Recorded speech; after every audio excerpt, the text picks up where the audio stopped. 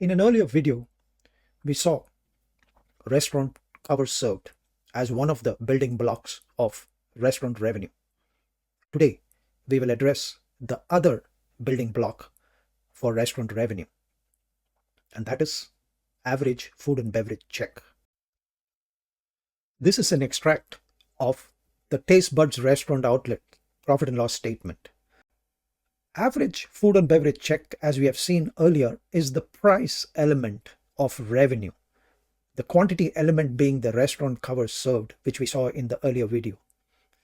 However, the price obviously for a breakfast is different from not only lunch but also dinner. Now, you may understand that a breakfast is different from lunch and dinner. Why are lunch and dinner also different from each other? The reason for that is, generally in the case of the dinner meal period, the food and beverage combination tends to include wines and spirits, which are part of the beverage check and the beverage revenue. So a dinner tends to have more of wines and spirits accompanying the food meal than during lunch. Lunch, for most part, is a kind of quick meal that is completed, as opposed to dinner where more time is spent during the meal period by the customer.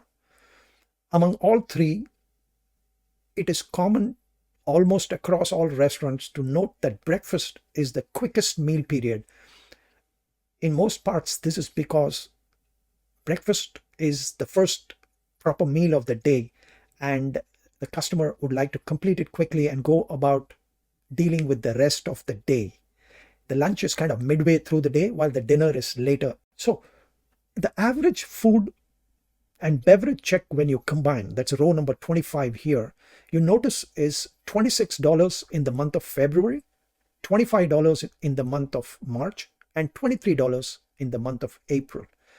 This is not surprising, considering that the meal periods of breakfast is different from lunch and dinner, and the volume is different between the lean, standard, and peak months. You only have to take a look at the couple of rows above that. For example, rows 14 show you the breakfast food covers served, which in February is $36.96, March $48.36, and April $64.80.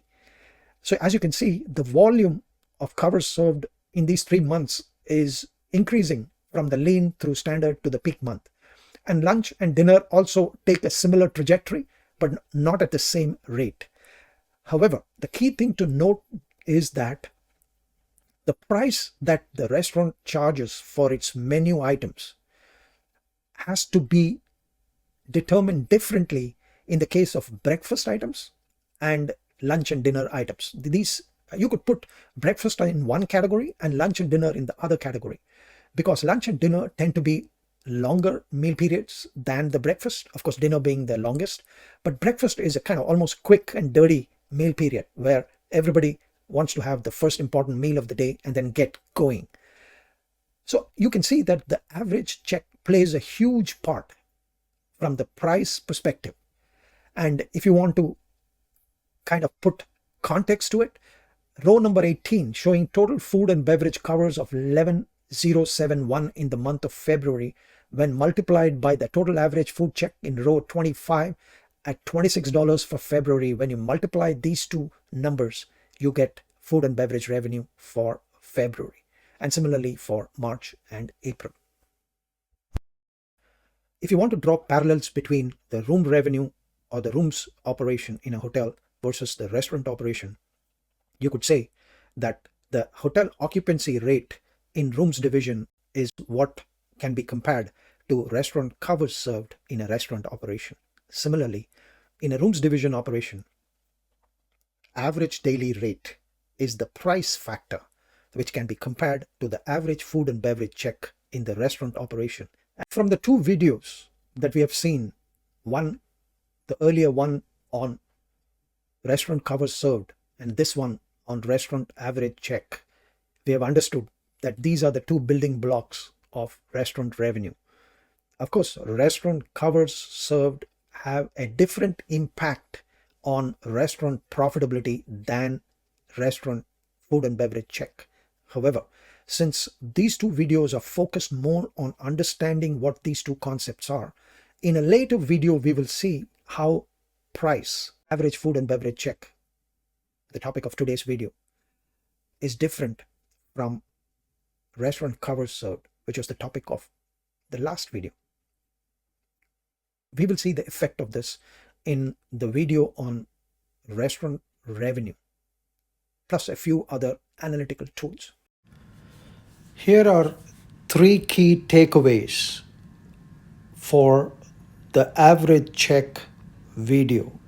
Number one, average check is different among meal periods.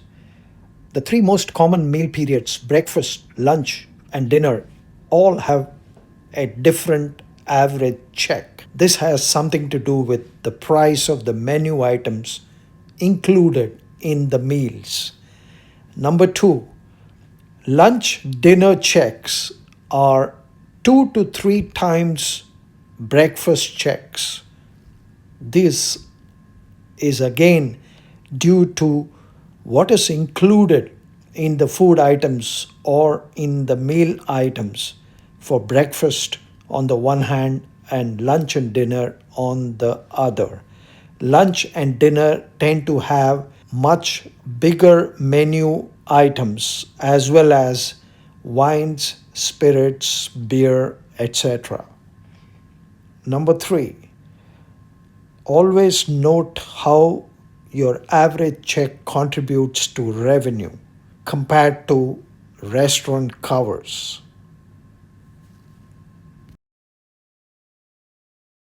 If you like this video, subscribe to the Profits Masterclass channel for future videos directly to your inbox.